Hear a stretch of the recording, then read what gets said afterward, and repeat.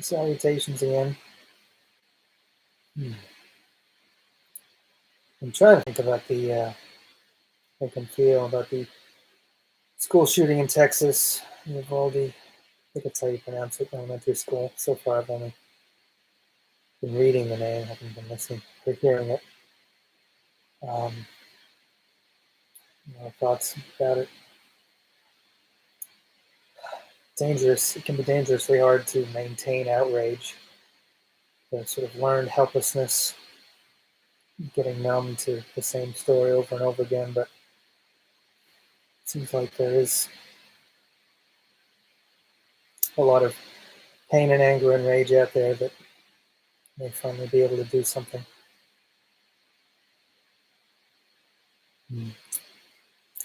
One of the things I found myself thinking about today, I was listening to the great Pod Save America podcast. At least one of the hosts used to be an Obama staffer, and really intelligent people and understand about fascism and the Republican Party. And but one of the things that I found getting on my nerves listening to it is just not fully putting all the pieces together about. They just kept saying they don't understand why Republicans fix it. And if you're acknowledging that they're a budding fascist party, you also have to acknowledge that they've, in a very real sense, they've declared war against the other side. And in war, imagine a spy and a soldier. It becomes a noble, patriotic thing to lie, cheat, steal, and kill, whatever it takes to win. Think of the analogy: if you want to make an omelet, you've got to break some eggs.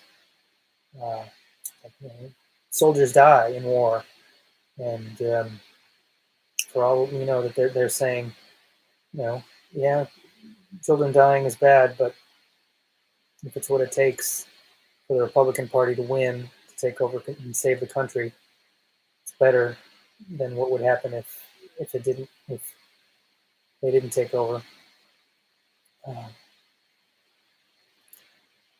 Maybe they imagine more kids would die, even with all the paranoia about child grooming. Maybe they believe it. Maybe they think if the Democrats and liberals have control, it'd be even worse for children than the occasional slaughter with assault rifles in schools and middle schools. Who knows?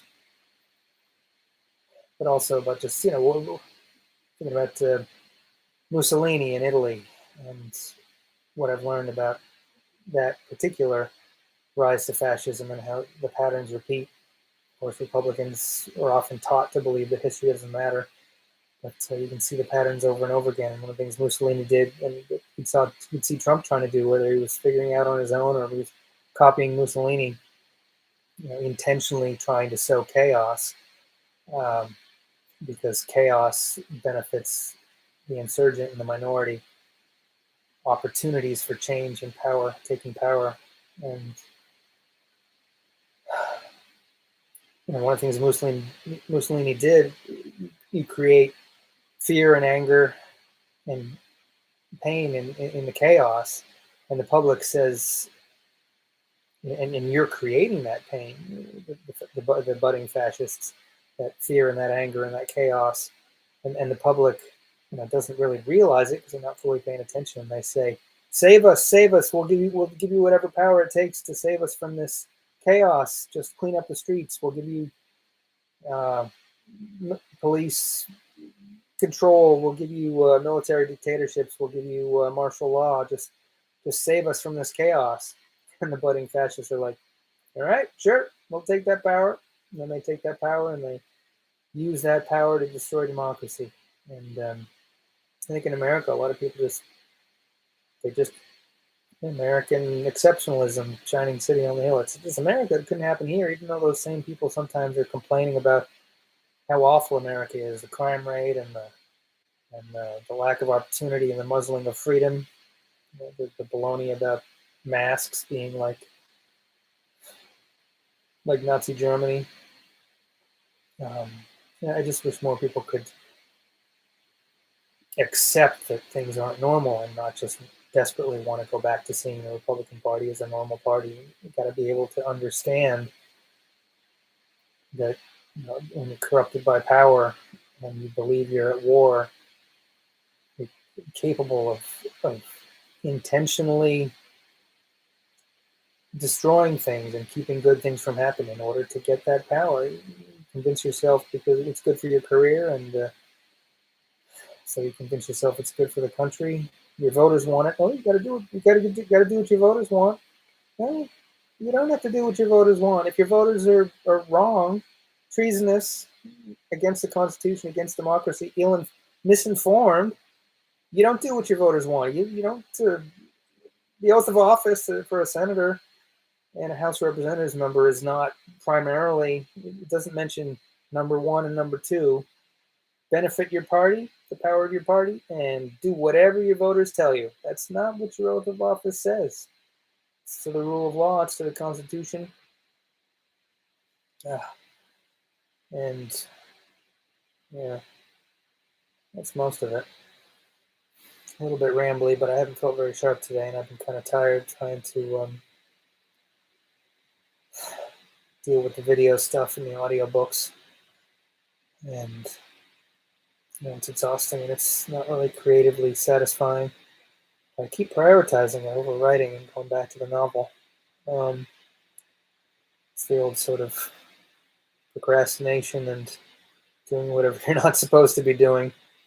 Something that feels productive if it's not the thing you're supposed to be doing. That's that 5-year-old, you're not the boss of me voice, but the way it sort of matures and has a new, less overtly childish phrasing when you become an adult.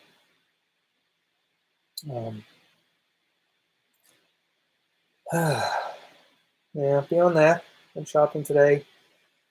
Got some rent money ready, not all of it, but most of it. And had some nice weather, took a walk around the loop. In conversation with Anon and some other people. But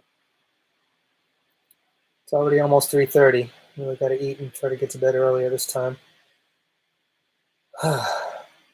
School shootings, I tell you. Gun buyback programs, assault weapon bans, they work in other countries, and the Republicans, they just insist that stuff doesn't work. You can't stop bad people from doing bad things, even though in other countries it works. But in America, people are like, what happens in other countries doesn't apply. America is special. American exceptionalism. America's different. In America, you can't stop the criminals. Okay, fine. But then why are you trying to ban abortions? You can't stop abortion either. You're still trying to ban it. Friggin' hypocrites. Am I on the road to being one of those old men who sits at home and writes angry letters to the editor of the newspaper, or the equivalent in the modern era? Anyway, good night, good luck.